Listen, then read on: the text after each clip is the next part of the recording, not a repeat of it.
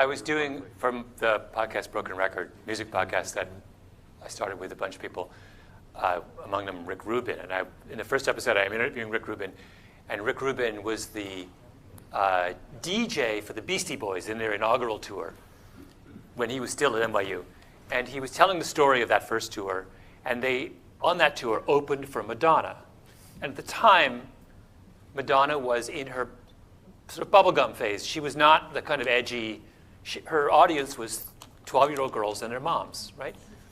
And so it's like, wait a minute, Rick, the Beastie Boys opened for Madonna. So you would be in some concert hall, and the Beastie Boys are doing their thing, and they're all like 18 years old.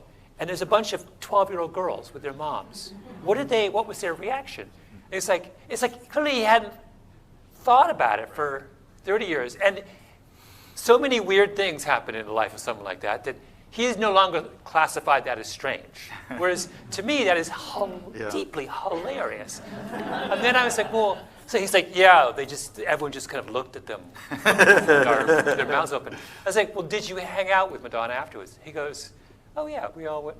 I was like, the visual of the 23-year-old Madonna chewing gum with the Beastie Boys and, long bearded Rick Rubin. It's just so fantastic. But he had it was his life. Right. He didn't find that, and that is, I agree totally. That's the magical thing about interviewing people is that the looking at their life through a different lens. Right.